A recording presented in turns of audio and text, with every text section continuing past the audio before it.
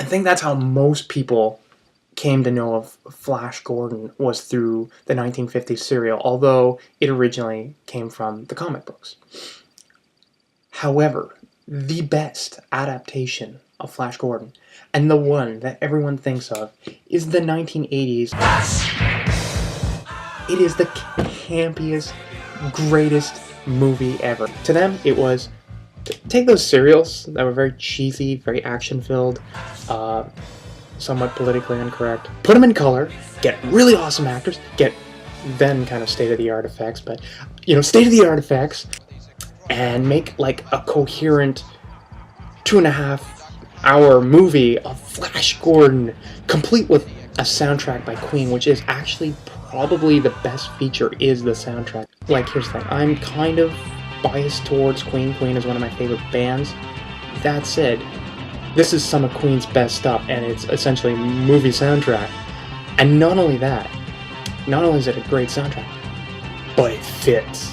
Like, I've seen some movies that have amazing soundtracks, but it doesn't really go with the movie. No, this just screams like 1980s cheese, space fantasy. Like, it gets you pumped. It is so awesome that the theme for Flash Gordon, whenever, like, if anybody knows what Flash Gordon is and you ask them, what's the theme for Flash Gordon, they'll immediately go, Flash! Like, this thing's been around since the 50s, and, like, they had a theme before that. Nobody knows what the fucking theme for the 1950s Flash Gordon is. Maybe, like, one old dude, but... And the best part is, it is so true to the source material. I mean, like, it's pretty much the serials adapted to movie format, complete with all cheese and all the shit that you want in Flash Gordon. They actually knew, like, oh, this is crazy. Let's harness that madness, But they also took the colors from the comic book, which, back in the day, they used to use very garish colors because you only had like 10 colors to work with in the comic book medium. On top of that, it took place in space, and an easy out was often to make the aliens, who were otherwise very human looking, just another color. I mean, Green Lantern did it all the time. Same deal with the landscapes. Just take a regular looking landscape or one that might be slightly off and paint it some surreal color palette. Since if you put too much detail in the background, it competes with the foreground and it just makes the entire page look cluttered. The 2007 Flash Gordon, the one that I keep saying is really dull, there's a couple of ways to describe it. Imagine if they took Flash Gordon, but set it on Earth, and they really did away with all the funky colors, and the villains were a bit more believable, and, like, basically rectifying everything, but by the time you're done, it's not Flash Gordon, it's not space fantasy, it's, like, if you really sit there and think about it, yeah, there's a lot of shit that doesn't make sense, but it's not meant to make sense. It's meant to be fun, exciting, just go with the flow, kind of campy, I guess. I keep saying that word, but that's the best way to describe it. Like, there's, like, once you start looking at it seriously, it kind of becomes boring or incoherent. And that's kind of what happened with it. Actually, the best way I like to describe the 2007 Flash Gordon is, it basically did what Smallville did to Superman, except with Flash Gordon. It's like Smallville without Superman. That was like the only redeeming feature of Smallville.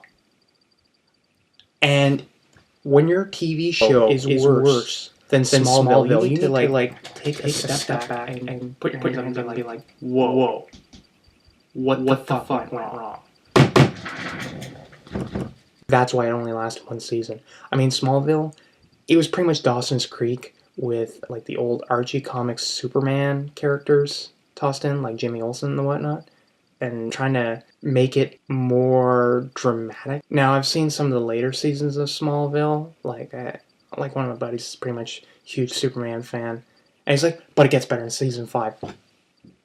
If it takes 5 seasons for your show to get good, what the fuck?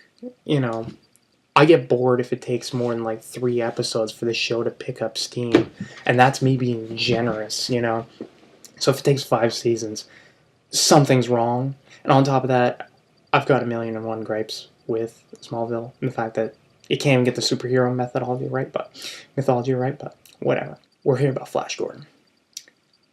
Basically, that's what happened. It wasn't so much Flash Gordon as like this teen wangsty drama. Now, before people say I'm just being unfair to the show because I hate things that are different or whatever, I want you to consider this. I watched several episodes of this abysmal series, and Flash had to overcome such trials and tribulations as consider moving out of his mother's house at the age of 24. Seriously, these are not the sort of dilemmas or quests I expect to see overcome by, quote, savior of the universe. Let that sink in for a moment. So, what are my final thoughts on the whole Flash Gordon franchise, especially the 1980s movie? It's like 2.5 hours. It'll be the best 2.5 hours you'll ever watch. And if not, you lost a bit of time, and you'll know that Flash Gordon is definitely not for you. So, have a good one, folks.